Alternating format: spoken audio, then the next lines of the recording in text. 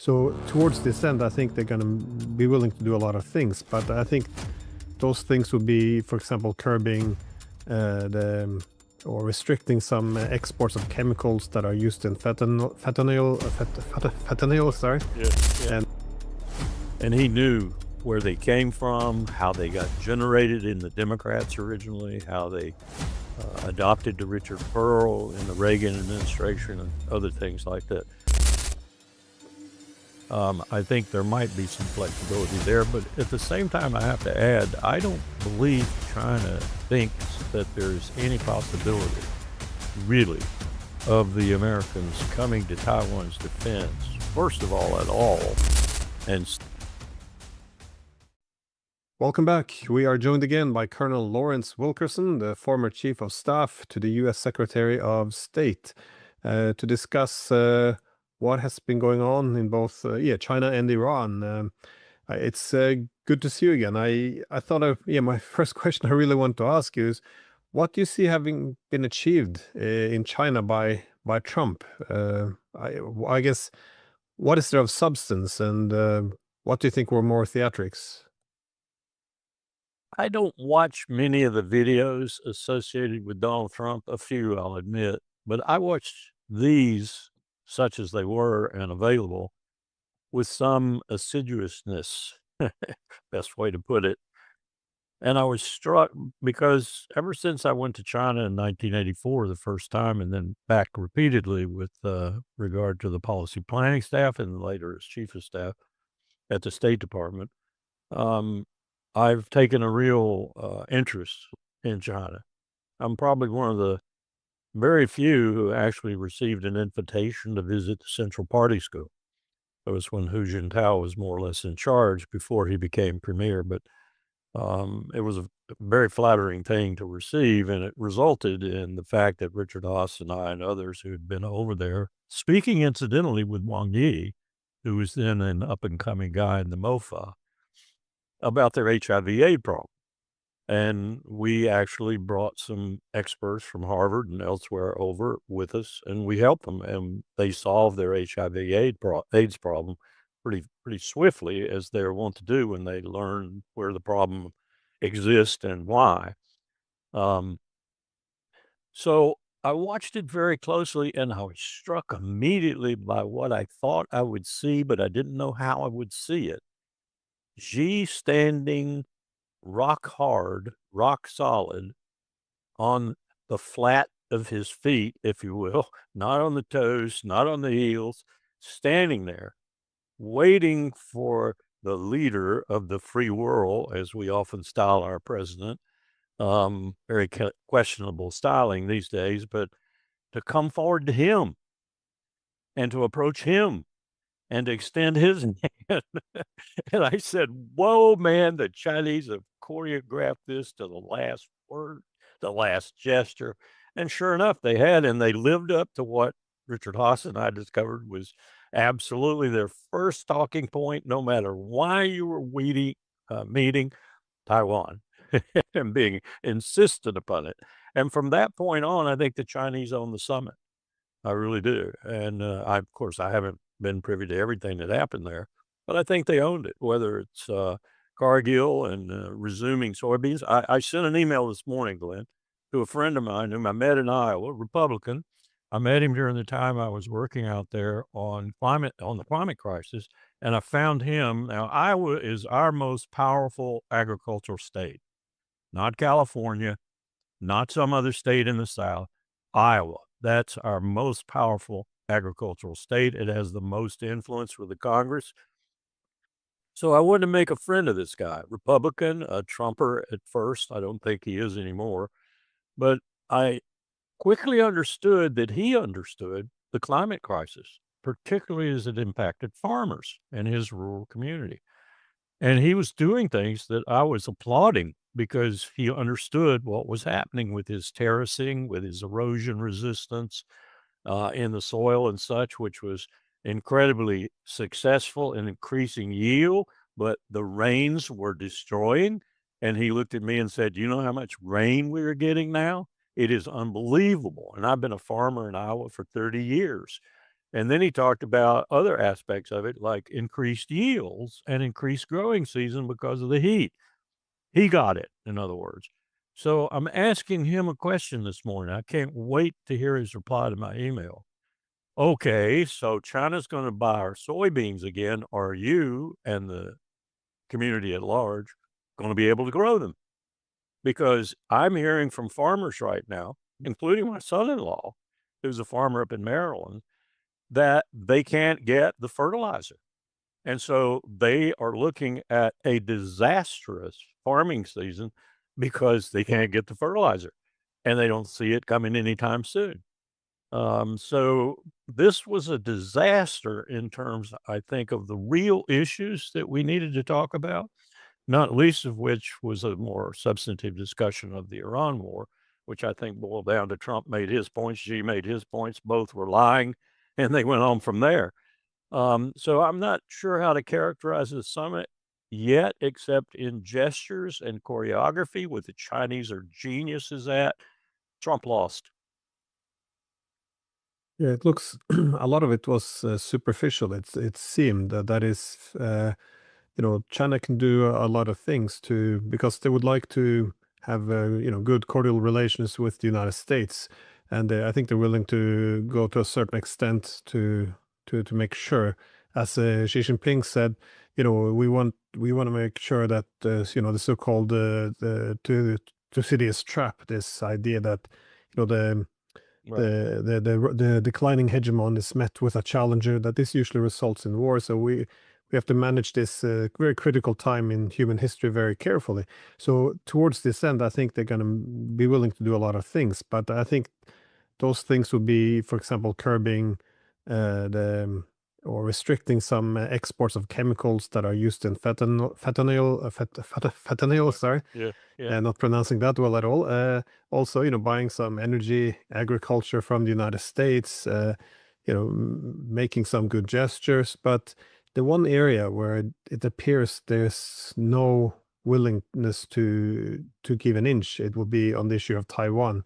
And I got the impression that they are, well, especially now that the U.S. suffered this defeat in Iran, that they're willing to send a very strong message that no, not well, what you're doing now is unacceptable.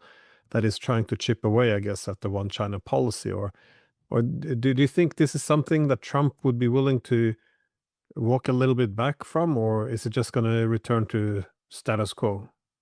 As his straits become more and more dire, and I don't expect him to become anything but, I think there might be some flexibility there. But at the same time, I have to add, I don't believe China thinks that there's any possibility, really, of the Americans coming to Taiwan's defense, first of all, and second, and probably as important in their calculus, effectively. So it's an issue because it has been an issue, as Richard Haas says, as he was briefing the team going to China in 2001, I guess it was, before 9/11, for our first meetings with him, policy planning meetings. Uh, I I just sat there and listened. I knew what he was gonna say. The first point they'll bring up is Taiwan. I guarantee you, every meeting, that was the first point they brought up. So it's almost like a rubric with them. It's almost like I've got to bring this is to discuss other things of note and consequence. I've got to get this one out of the way, get it out of the way. And there's a little bit more than that this time, a little bit more than that. And I think it's partly because, as you and I have briefly discussed in the past, China is well aware that it's winning. It wishes to do nothing at all to disturb that process. And it sees, as Ricardo Alarcon said to me one time in Cuba, even a dying elephant can thrash a lot of grass. Well, I think Xi sees that too. He does not want us to stop our suicide, but he would like to see it, and this is an aside, he would like to see us stop it before it impacts China adversely. And so he's willing to help up to a point that keeps us afloat, perhaps is the best way to say it, but doesn't increase our power and, in fact, slowly and gradually diminishes it even more. to the point where he doesn't really have to be concerned about us anymore, other than one component. And this is the difference in all of human history, this component, it's nuclear weapons. He's got to be concerned about nuclear weapons. And I'm doing a piece for Eisenhower Media Network right now, and along with a Kansas University professor. And together we are stunned at what we are planning to do with our stockpile. We damn well know he's almost as old as I. He'll hate me for saying that. We damn well know that this is a nuclear arms race to match and perhaps even exceed the one that occurred during the Cold War. And basically, you only had two powers there. Now you've got 9 states, 8 in addition to us, and 2 or 3 aspirant states. So this is a very serious issue, and it's going to get more serious as we go along. It's going to be very serious with Xi. I think one of the reasons he axed some of his Politburo aspirant military members recently was that very thing. He's not too happy with this nuclear arms race, and he certainly doesn't want to be one who makes it worse. He'll do it, but he doesn't want to make it worse. And that's all the way back to Mao Zedong, when Mao Zedong said, we don't need any more nuclear weapons than to deter people, because we got 1 billion people. They drop them on us, they'll kill a couple 100 million. We'll drop them on Los Angeles, New York, Houston, Michigan, we'll wipe them out. So that was kind of the philosophy they had, just enough for deterrence. Now they're building out, and they are going to build out as vigorously as we do, I suspect. So this is a hell of a dangerous thing to happen, this nuclear arms race, with no treaties whatsoever. So Xi is very circumspect about that, I think. The rest of it, I think, was, it was a show. No way in the world does Donald Trump or our intelligence community believe Xi when he says he's not helping Iran. I mean, our own New York Times is now it's going to have Kash Patel sicked on it by Trump to go after these people who, from the DNI's office or wherever within our 18 intelligence communities, leaked to the New York Times that China's providing arms to Iran. They're also going after the New York Times, I'm told, and already in place to do it, for this business of saying Iran is not depleted the way Trump's saying it is. They're putting something like 70 to 80% on ballistic missiles remaining, and launchers remaining, and all manner of other things, particularly in the area of the Persian Gulf. So he's going after the New York Times now, the way, Dan Ellsberg was gone after the Pentagon Papers, but with a more viciousness and a lot more power to do damage to these literary giants. I'm surprised the New York Times is doing this, other than there is so much Israeli influence on the Times editorial board and others within the complex that maybe they're doing it so that Netanyahu's screaming at Trump to keep the war going is effective. That could very well be why they're doing it, because they're saying, you haven't done much yet, Donald. You need to do more, in essence. And that's okay with Netanyahu and the other supporters of Israel in America. I don't know, but it's not good that he's doing these things against journalists. I mean, this is a whole newspaper he's going over. And apparently what Patel is going to do is ferret out the whistleblowers. So it's absolutely damaging to anybody that wants to live up to the whistleblower laws that we passed to protect whistleblowers, which we almost destroyed now, and will probably finally destroy completely with this supine Congress and these moves by Trump to go after these people. Not a good development at all in terms of our domestic situation. And then you look at the other aspects of what Trump was doing there, and you look at how insignificant the diplomats were, the few that were there. And one of the diplomats that I found to be very helpful when I was at State was the Secretary of the Treasury. And in essence, I have to tell the truth and say it was Ken Down, the Deputy Secretary of the Treasury, who was an Asia expert and who often saved us from making errors in what we were doing diplomatically because they didn't make sense in terms of his knowledge of the economy and Asian economies. And so we welcome, and Ken spoke most of the languages out there too. So he was a real addition to our diplomatic team. And we see Scott Bessent there, but I don't think he added very much to it at all. I don't think he's capable of adding very much to it at all. The Chinese are leagues ahead of him in terms of economic matters. So we didn't have anybody there but business. I mean, in essence, that's what it was. It was a business trip. And the lead honcho businessman was Donald Trump himself, however much he lied or equivocated. So what did we accomplish other than things like I was talking about? Okay, they resumed soybean buying from the United States. Well, what if we can't raise the soybeans? This is not a issue here, issue here, issue here. They're all connected. And the Strait of Hormuz and its closure is connected to them all. And I didn't really see anything come out of this that said anything about other than expressed interest in it being open. So what did we accomplish? I mean, I'm waiting. I'm waiting to hear more about it and see if we did accomplish something.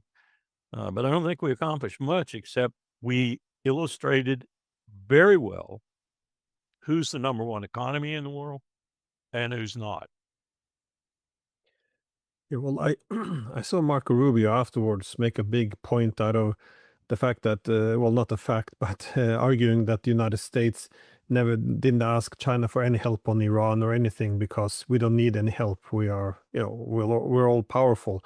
Uh, I thought, yeah, that was a bit disappointing though, because, well, first of all, it's obviously a lie, and everyone knows that the United States wants China put pressure on Iran, so we know that they ask them for help, but also what it signifies, because the whole purpose why they have to, play pretend that they don't ask Iran is because they want to present themselves as all powerful. But this is again show off a hegemonic potential.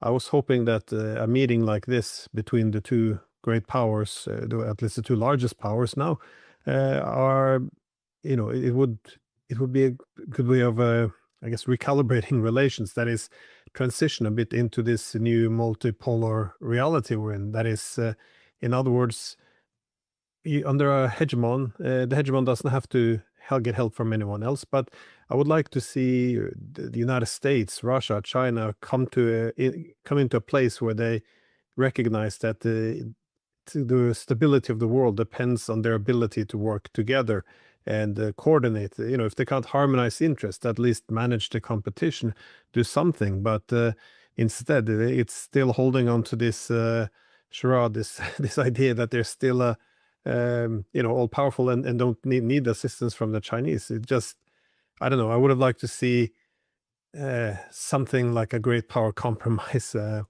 But Yeah. on this though, it seems that one of the areas where the U.S. Not overplayed but overstated the agreement was with the nuclear issue. That is, they argue that the Iranians should not have a nuclear weapon. The the Chinese agreed. Indeed, the Iranians seem to agree. They also said they won't get a nuclear weapon, but the U.S. Sold it as something more than this. It seems that they weren't even going to have any enriched uranium, which I can't imagine the Chinese would support at all. So, how do you see these issues? Why? Well, if the U.S. overstating the the Chinese agreement to these statements, well, why is it so important? Well, let's unpack a lot of Sorry, that that. was a long, No, long question. no, it was a great dialogue. I think we're looking at, as I've said many times before, this shift of power in the world a being more and more recognized, and more recognized not just in Asia and the, what, 60% of the GDP and people that live there or work there or both, but also by a wider array of people in the West. So that's the first thing I think we have to think about when we talk about someone like Marco Rubio, who probably doesn't understand that at all. And so is flying in the face of not only world opinion, global opinion as it is developing, but also Western opinion and opinion even in America. I like to think that people like you and I are having some impact on that. And Marco Rubio, too, is running for president. So you have to really parse his words now in that regard, because he's running for president as a MAGA guy, maybe even as a more intensely MAGA guy than Donald Trump himself, who often is his vicissitudes are such that you wonder what he means when he talks about MAGA issues.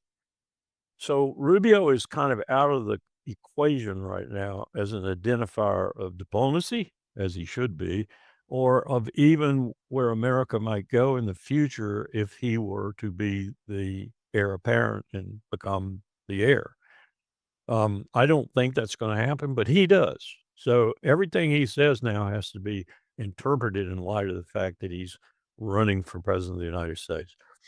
The second thing I would comment on in what you outlined there is what I've been saying also pretty persistently, and that is that if China has an attitude that is best reflected, for example, in the BRICS summit that's coming up in September in India, and in its title, which is all about sustainability, development, innovation, cooperation. I underlined that in the title. I even made sure that the translation was correct. Um, and we're about all the opposites of those key terms, and that's what we are. Let's just envision something for a moment. If you could put it up in Klieg lights across the globe, hang it out in space, and say, okay, this is what the empire stands for, the American empire. It stands for sanctions on 2.2 billion people and more, if we can get it, and war, as exemplified by the last 25 years, surely, but certainly now, maniacally, by Iran. What does the rest of the world stand for, led by China and to a certain extent the Shanghai Cooperation Organization and BRICS? What does this stand for? Innovation, development, technology, cooperation, resilience, all these terms in their title. That is a stark contrast, I think, not only to the world, the global community, certainly the global South, who suddenly have some hope, maybe, but certainly to the cognoscenti in most of that rest of the world, including the West. It looks like we've lost our way completely. It looks like we are walking into hell with full awareness that the flames are all around us and there's nothing we can do. We can't even turn around and walk back. We're just gonna go right on in and burn up. Um, that's a hard place to be if you're a citizen and you're trying to figure out how to return to the republic, get out of this empire, or at least diminish its impact, and at the same time deal with a very different world. And I think a lot of people are having trouble with that across the gamut, whether it be academics, it be business people, or whatever. The ones who seem to not have any trouble with that, Trump took with him. And that's a very alarming development, I think. He took those people with him who build, let's face it, dangerous airplanes. Thank you very much, Boeing, who would rape the world for a few pennies in terms of agriculture, who are interested in a technocracy that puts them in charge. And I wouldn't put it past some of these people to essentially work their Chinese contacts in who might be empathetic and sympathetic with them to help them do this and ultimately establish a technocracy that not only is in the United States of America and triumphant, but also is spreading its feelers all around the world to include the dominant power in the world, China. So, what are we talking about doing with this council of business people rather than true diplomats? I think it's pretty apparent what we're doing. We're trying to build what Elon Musk wants to build. We're trying to build it as fast as possible. We'll take the Chinese technology and rare earth metals and everything else that we need to do this along with us. And if you want to accompany us, certain members of your regime, and be a part of this eventually global technocracy, feel free to do so. And we'll build it so we can watch it from outer space. And Elon will provide the rockets. I know this sounds like nonsense, but I'm increasingly of a mind that it isn't nonsense. and that we have a group of people in the world led by the United States who are so interested in this technocratic approach to the future. And for some reason, there's no question about it, AI, least of all, which they all are heavily invested in, directly or indirectly.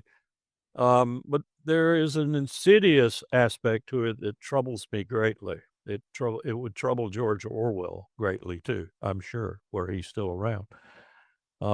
So that's a long, rambling answer, but I think we're in trouble. Yeah.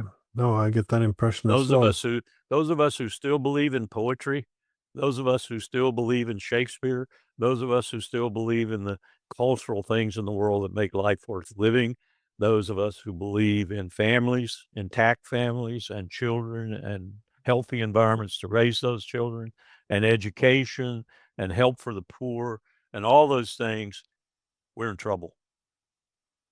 Yeah. No, well, I think the emergence of this, I guess, denationalized elite, combined with the technological changes, the changing distribution of power, it's very difficult to manage all of these changes when they're all I'm gonna write that down. I had denationalized elite. That's a great phrase. a different order than globalists, I guess.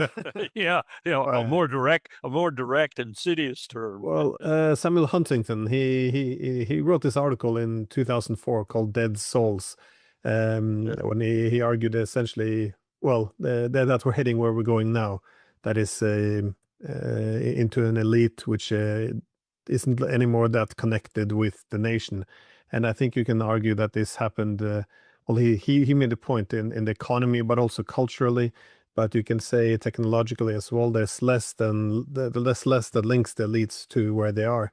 Um, but no, it's fueling many levels of problems. But uh, I was also wanting to ask you about the Strait of Hormuz, because initially this is one of the things that really surprised me. That is that the Chinese were arguing that they also wanted that they didn't want a toll and they wanted Strait of Hormuz open. But then, when I looked into it more, the statements, they weren't actually condemning Iran or anything. They were more or less just stating we want an open strait, open waterways, yep. and that's kind of a shared sentiment by the Iranians as well, I think. Yeah, the way to get that is to let the Iranians control it. With Chinese backup, maybe, but that's the way to get it. That was the implication I took from it too. Yeah, so I think this kind of vague statements people read what they want into it. So again, I might be wrong, um, uh, but so you don't think the Chinese are willing to put any pressure on Iran at behest of the United States? Well, they might be willing to talk about the 10 or now 13 or 14, whose ever list you read, points. I think I saw yesterday, and I asked one of my Iranian colleagues to confirm it if he would. I said, is lifting of the siege, the permanent cessation of war, compensation for damages, removal of all illegal sanctions, that to them is all sanctions, primary, secondary, and so forth, and ultimately respect for Iran's sovereignty and its rights as a nation in the world. Would that be a condensation you would accept? And he said, absolutely. So that's boiling the 10 down into 5 or 6, but they're still, most of them, not acceptable to Bibi Netanyahu. The only thing acceptable to Bibi Netanyahu, I think, is a Bantustan like Iran. It's a lot of people running around, Azeris, Kurds, Persians, and everything else, and no stability and no soundness and civil war, whatever, all over the place. That's the only thing Netanyahu will take, other than a completely eradicated Iran with glowing deserts. So I don't know how you get there. I really don't. But Trump should be focused on key points in that. Notice that there was nothing there, he said, about the nuclear program. Nuclear program for him, at least, and he said he's reflecting the deputy foreign minister, I think, um, Yeah, I don't know exactly how to say this. I had not run into him before. Kazern Garababadi, Deputy Foreign Minister to Arachi. Um, I don't know how you get there. If Trump's major issue is the nuclear program, they don't even want to put it down as a point to discuss, unless maybe by back channel they've arrived at some kind of solution that both find temporarily, at least, suitable to the nuclear problem. And now they're just working on these other issues. I don't know. I still hold my view that I don't think diplomacy is anything but a subterfuge. Ceasefires are nothing but a subterfuge. And in a few days, we're going back to all out war.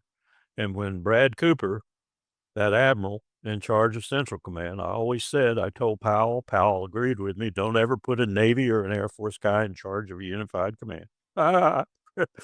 He wasn't so worried about the Navy as he was the Air Force. But Cooper's lying to the Congress through his teeth. He's lying to the Congress when he says we have not killed any civilians except those you. And the only reason he said this was because it was on video. Those you saw in the school at the opening of the conflict. Are you kidding me? Read the New York Times and the Washington Post. They even report that you've killed more civilians than that. What does he consider an innocent civilian? I mean, and this is the 4-star leading the effort in Central Command. So I don't know where we are, but I think we're going back to war. Bottom line. Yeah.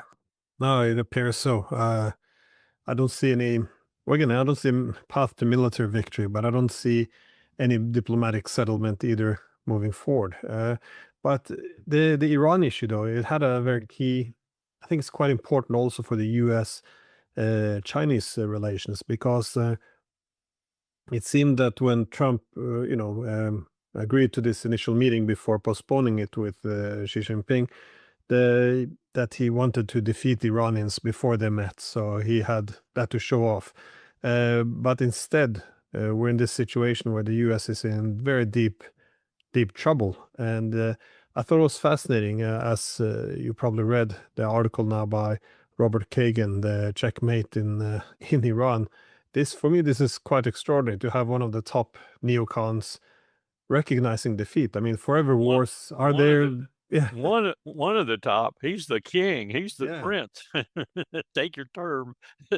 So what do you read into this? Because this is quite significant. I mean, in the mood in Europe, the limit of free speech that is would be, if you recognize that we're losing, that means you're taking the side of the opponent. So we always have to make play pretend that is, the Russians unprovoked war, the Ukrainians are winning. Everyone has to repeat these things, which isn't true. But the same goes with Iran. That is, the attack was to say liberate the country from the mullahs, and the Americans are overwhelming, the Iranians are defeated. So one kind of has to repeat this nonsense to prove your loyalty. But again, for me, it's quite absurd because all you're doing is ignoring reality and thus making everything much worse. But still, for a guy like Kagan to come out, as you said, the king of the neocons, and say, okay, we lost. This is it.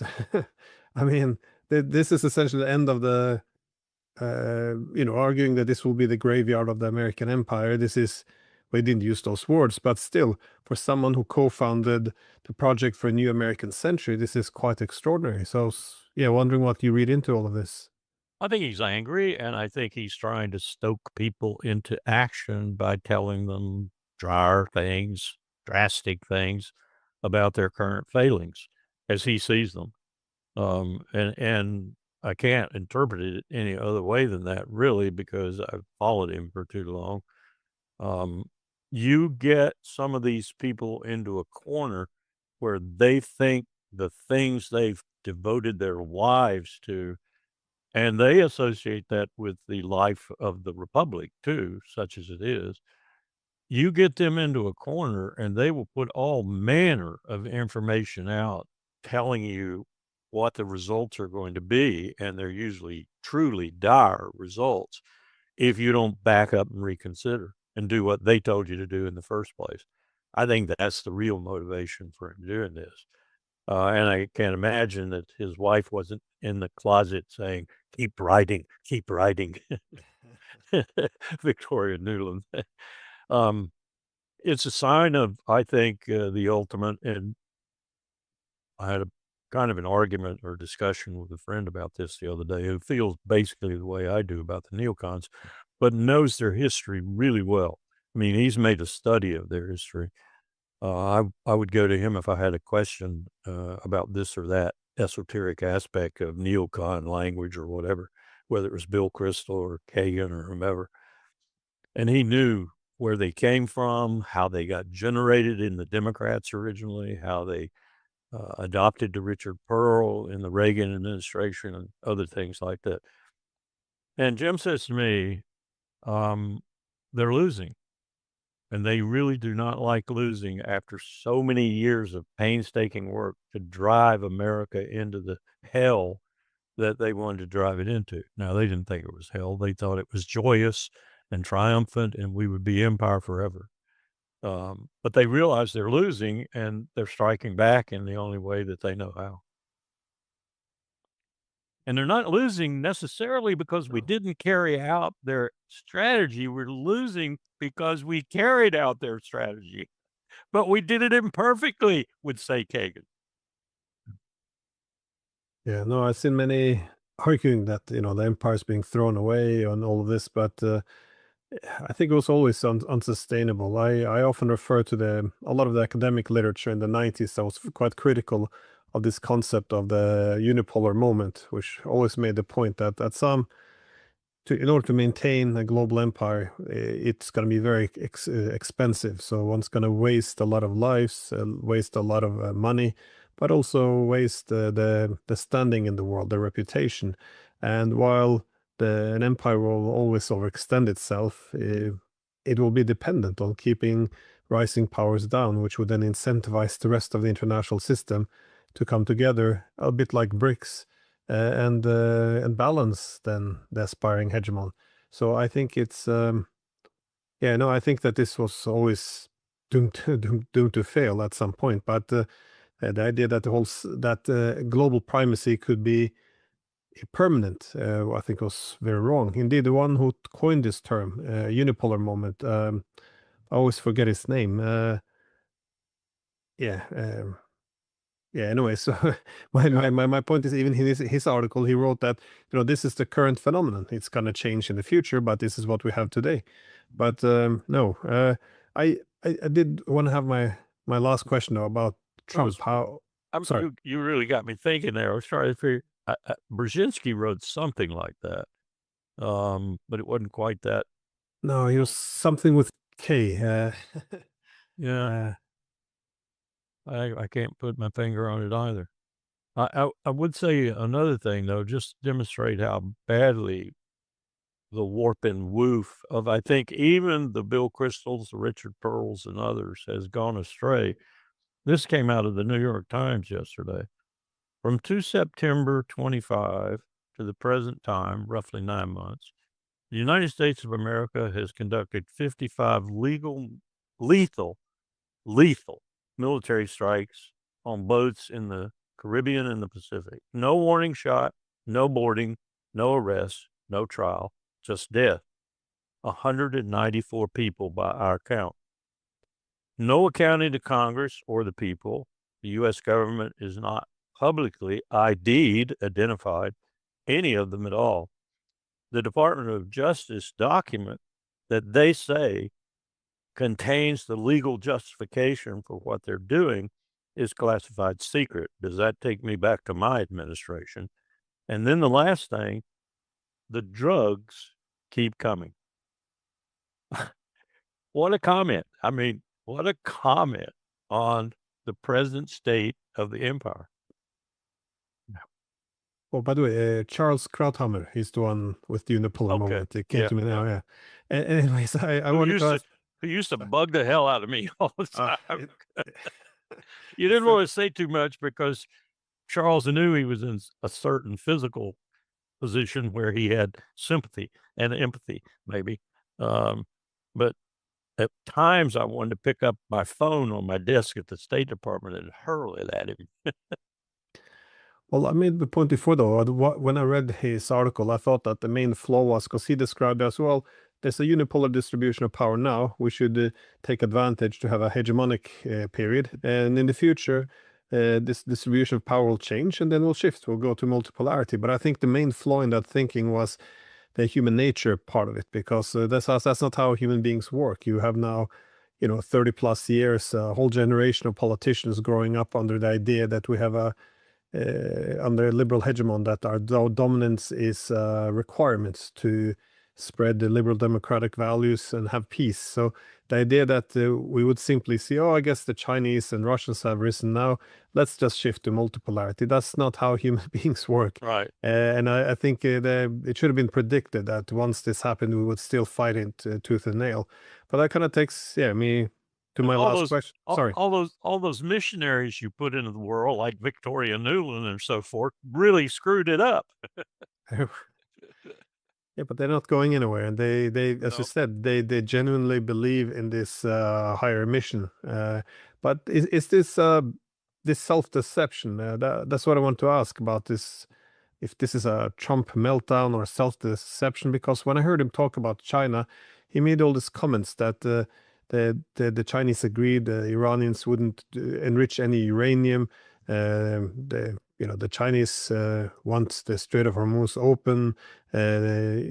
Does he believe everything he's saying, you think, or is this just again trying to manage the narrative? I was looking for a comment because you were keying me to it. Yeah. Dr. John Gartner from Johns Hopkins, who is a psychotherapist and taught for 30 years or so at Johns Hopkins. He's the one that is on every now and then, podcasts here, podcasts there, talking about the deranged nature of Donald Trump and how intense it is getting and how it fits every profile that you would want to draw up if you were someone like him, an expert in this. And he predicted that not only is he worse, he's going to get even worse. That's scary when you think about it, because as I said to another person yesterday, basically our founders left us no methodology for removing such a person from the Oval Office, period. Oh, the 25th Amendment. I said, that's a joke. It's a joke. And I sent him the video on the 25th Amendment, which is very persuasive that it will never work and that it was intended by its crafters to never work. So how do you get rid of a megalomaniac? That's what this doctor was saying, actually. It's going to get worse, he said. It's not going to get better. It's going to get worse.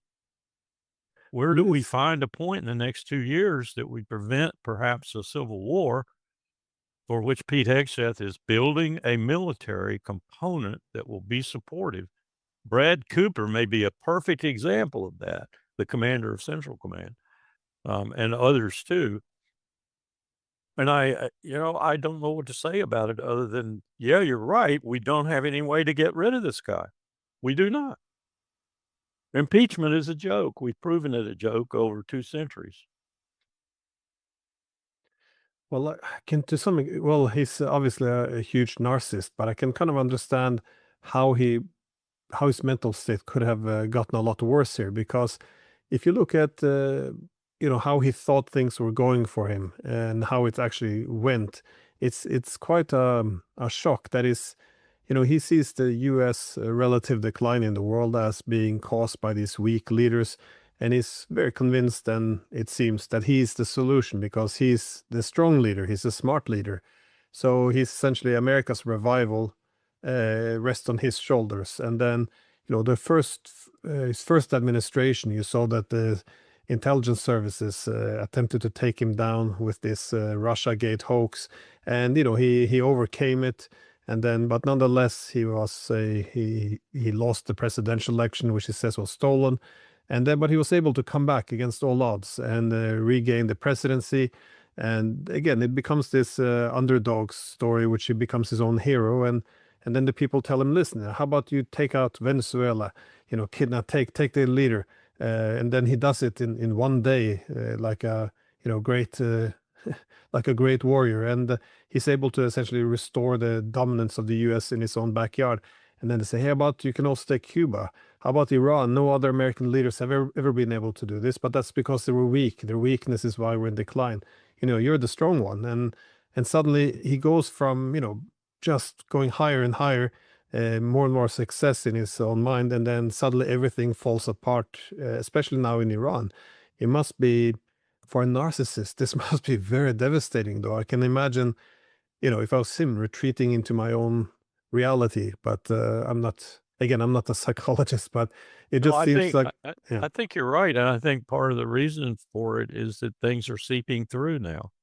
It's impossible for them not to seep through with all the deluge that's now started, including some of the mainstream media.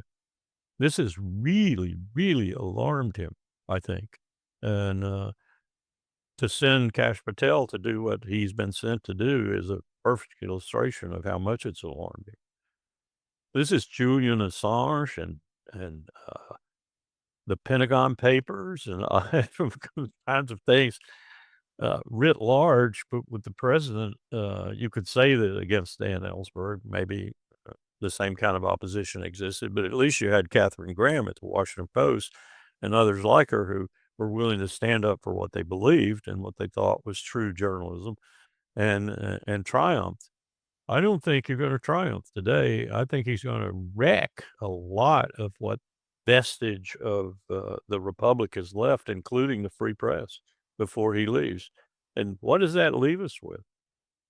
I mean, if it leaves us with a J.D. Vance or a Marco Rubio or indeed, a civil war somewhere in there, roughly around the midterms or afterwards, God only knows what it leaves us, but it's certainly not gonna leave us better off.